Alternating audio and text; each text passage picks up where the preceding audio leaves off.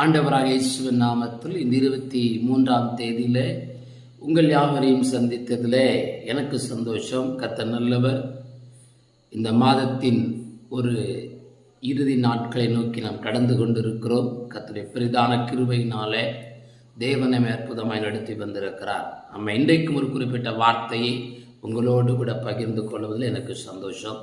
உங்கள் ஆவியை கர்த்தர் உயிர்ப்பிக்க போகிறார். ஆமென். உங்கள் இருதயங்களை கர்த்தர் பலப்படுத்த போகிறார். கர்த்தர் உங்களுக்கு அற்புதம் செய்வதை இன்றைக்கு அடையாளங்களினால் உங்களுக்கு ஊர்ஜிதப்படுத்த போகிறார். அல்லேலூயா. இன்றைக்கு ஒரு வார்த்தை உங்களோடு கூட நான் பகிர்ந்து கொள்ள ஆசைப்படுகிறேன். நிச்சயமாக ஆமென், அது உங்கள் ஆவியை கட்டி எழுப்புகிறதா இருக்கும். எலியா தீர்க்கதரிசி இடத்துல கர்த்தர் சொன்னார், நீ ஆகாப்புக்கு உன்னை போய் காண்பி, தேசத்தில் மழையை வர்ஷிக்க பண்ணுவேன் என்று சொல்லி ஆகாப்புக்கு தன்னை காண்பிக்கிற பொழுது கர்த்தர் தான் தெய்வம் என்பதை ஆகாப்புக்கு அங்கு நிரூபிக்க வேண்டும்.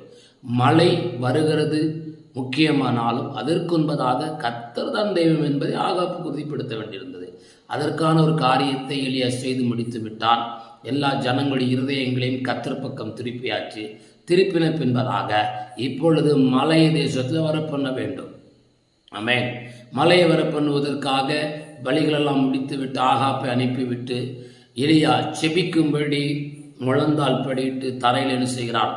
தரையில் முழந்தால் படிட்டு தன் முகம் தரையில் படுவதற்கு குனிந்து தன் வேலைக்காரனை பார்த்து சொல்லுகிறான், நான் செபிக்க போகிறேன், நீ என்ன செய், கிழக்கு போய் ஆமென் வானத்தில் என்ன தெரிகிறது என்று பார் என்று சொல்லி எலியா செபிக்கிறதற்கு முன்பதாகவே அவன் பதிலை தேடத் தொடங்கினான்.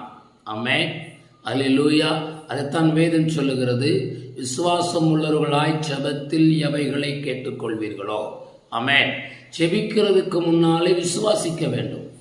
ஜெபித்த பின்பு விசுவாசம் வராது. ஜெபிப்பதற்கு முன்புதான் விசுவாசம் வர வேண்டும். ஆமென். விசுவாசம் இல்லாமல் ஜெபிப்பதை விட ஜெபிக்காமல் இருப்பதே நல்லது. அல்லேலூயா. ஆகையினால் பிரியமானவர்களே, நீங்க ஜெபிக்கிறதுக்கு முன்னால் விசுவாசிக்க தொடங்குங்க. கர்த்தர் செய்வார் என்று ஆழமாய் விசுவாசிக்க தொடங்குங்க. அப்புறம் ஜெபிங்க. ஜெபிக்கும் போதே பதிலை பெற்றுக்கொண்டும் என்கிற உறுதியும் நம்பிக்கையும் சந்தோஷமும் உள்ளத்துல வந்துவிடும். ஆமென். விசுவாசம் இல்லாமல் ஜெபிக்காதீங்க. விசுவாசம் இருந்தால் மட்டும்தான் நீங்க ஜெபிக்கணும். அல்லேலூயா. அவர் உங்கள் ஜெபத்தை கேட்கிறவர் தான். கட்டாயம் ஜெபத்தை கேட்பார்.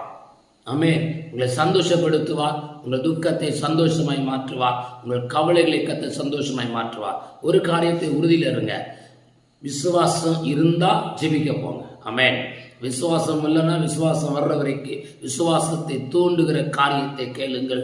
கர்த்தர் உங்களை இன்றைக்கும் ஆசீர்வதித்து உங்களை பெருக பண்ணுவார்.